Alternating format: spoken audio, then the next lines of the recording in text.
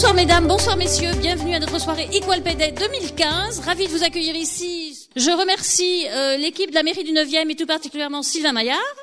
Au nom de notre maire, Delphine Burkley, je suis ravi de vous accueillir ici dans cette salle du Conseil, dans cette mairie du 9e, et dans cette salle du Conseil, qui est une salle importante. C'est le cœur du réacteur démocratique de notre mairie. C'est ici que se prennent les grandes décisions.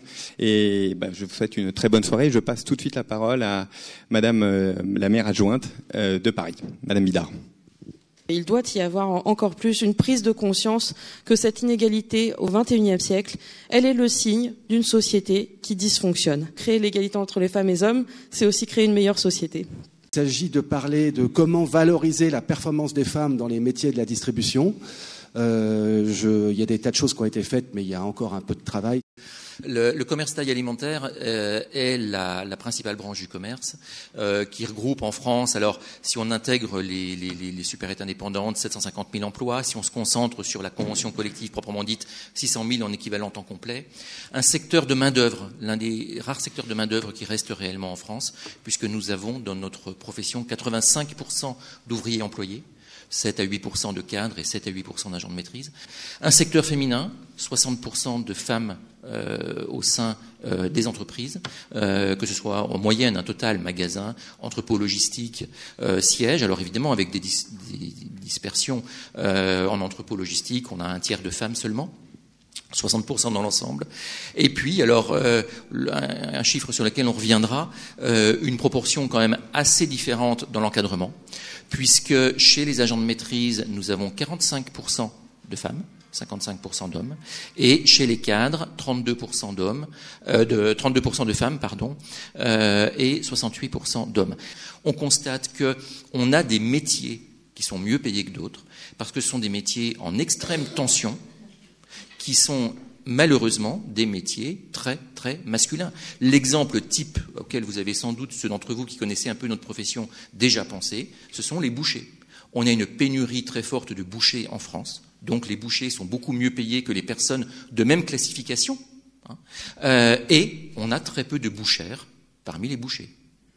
Je signale qu'en 2011, Casino avait signé un accord, dès 2011 si je puis dire, avait signé un accord cadre pour promouvoir l'égalité homme-femme, qui portait sur les problèmes de recrutement, de formation, de rémunération.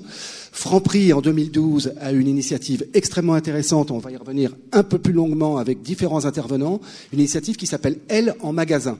Bien. Alors, chez Franprix, on est assez proche des statistiques présentées par la FCD. Si ce n'est que chez nous, on a sur, on va dire 450 magasins intégrés, on a 52% de femmes dans nos effectifs, avec un peu moins sur le siège, puisque là, on est à 46% de femmes seulement. Parmi ces femmes, on a 24% d'entre elles qui occupent des postes dans l'encadrement en magasin. Donc 24%, là, ça représente à la fois les directrices et les adjoints. Et puis, en revanche, au siège, on a une population beaucoup plus importante de cadres, puisque on a 53% de cadres. Et si on prend les agents de maîtrise avec, on monte à 70%. Voilà. Franprix est une entreprise qui, au sein de son comité de direction, qui ne compte que 12 personnes, eh bien, on a la parité parfaite. Essayer d'apporter des témoignages de femmes qui ont réussi, qui ont eu des postes à responsabilité, et de leur montrer que les freins, ils sont avant tout en elles. Voilà, donc c'est du networking, c'est des opérations de rencontres, de parrainage, de mentoring, de formation sur le leadership féminin. On n'a que 24% de femmes en magasin qui ont des postes à responsabilité. C'est trop faible parce que le réacteur chez Franprix, c'est les magasins. Jean-Paul Mochet fait tous les ans le tour de tous ces directeurs de magasins. Et quand il les salue lors du début de la réunion, il compte le nombre de femmes. Ça fait 2 ans que je suis chez Franprix et je suis très fière de faire partie de ce groupe Franprix, bien sûr. Là aujourd'hui, j'ouvre mon 2e magasin. Voilà, parce qu'il faut préciser que vous avez été nommée immédiatement directrice de magasin et du Franprix de Neuilly-sur-Seine. Voilà, c'est ça. Mes enfants ne m'ont jamais empêché d'avoir une carrière. Jusqu'à maintenant, je n'ai jamais eu de barrière parce que j'étais une femme. Toutes les femmes avec qui je travaille, je les mobilise au maximum pour qu'ils puissent accéder à un poste d'encadrement. La particularité de mon parcours, c'est que avant de travailler chez Franprix, en fait, j'ai travaillé uniquement pour des femmes chez Casino. Donc, je pense que ça a joué en ma faveur. Je pense à 2 titres. D'abord, ce sont des femmes qui m'ont énormément inspirée, qui elles-mêmes menaient de front vie personnelle, vie familiale, vie professionnelle avec brio. D'avoir un modèle aujourd'hui, je pense que c'est un facteur fondamental pour les jeunes femmes et pour les cadres en particulier. Concrètement, dans l'entreprise, c'est difficile. Quand on est une femme jeune à fortiori, on est toujours minoritaire, on est toujours entouré d'hommes, notamment dans les fonctions dirigeantes, et donc déjà soi-même se projeter sur des postes à responsabilité alors qu'ils sont tous occupés par des gens qui sont assez différents de nous, c'est difficile. Donc c'est vrai que déjà le fait d'avoir des rôles modèles dans lesquels on puisse se projeter, je pense que c'est très important. Et après, c'est vrai qu'on a tendance à recruter et à promouvoir des gens qui nous ressemblent, en fait. Quand même un truc génial maintenant qui se développe depuis quelques années, c'est ce qu'on appelle Internet, l'informatique. Et est-ce que c'est un facteur de promotion du travail pour les femmes ? Moi, j'y crois beaucoup personnellement. Je pense que c'est la technologie, le télétravail, c'est vraiment, ça permet vraiment, en tout cas, de faire tomber un certain nombre de clichés. Je pense que ça permet surtout, en fait, de rendre un argument, d'invalider l'argument du présentéisme, en fait. Le deuxième avantage, c'est que ça bénéficie à tout le monde, en fait, finalement. Ça bénéficie pas qu'aux femmes, ça bénéficie aussi aux hommes. Moi, dans mes équipes, j'ai plus souvent eu des hommes avec de jeunes enfants que des femmes, en l'occurrence. Et à partir du moment où ils voyaient qu'avec moi, c'était quelque chose qu'ils pouvaient mettre en place, ils s'en privaient pas. Et ils ont beaucoup apprécié, eux, de pouvoir, du coup, avoir la flexibilité eux-mêmes et de pouvoir, du coup, donner une place à leur vie de famille aussi. Donc, ça sert aux hommes aussi. Métro est très sensible à l'égalité homme-femme. Et d'ailleurs, les chiffres se rapprochent un peu de ce qui nous ont été dit tout à l'heure. Mais j'ai 3 assistantes managers que je forme du meilleur que je puisse le faire parce que j'espère qu'un jour, elles auront l'opportunité aussi de pouvoir évoluer. On est 19 managers en entrepôt. Il y a 9 hommes et 7 femmes. C'est vrai que notre activité, nous, est 87% alimentaire, donc assez dur, beaucoup de manutention. Mais on retrouve ces femmes qui sont pleines de challenges et qui ont envie d'avancer et qui se battent. On essaie de faire valoir que d'avoir un enfant, c'est pas une contrainte. Alors chez nous, il y a beaucoup de promotions internes.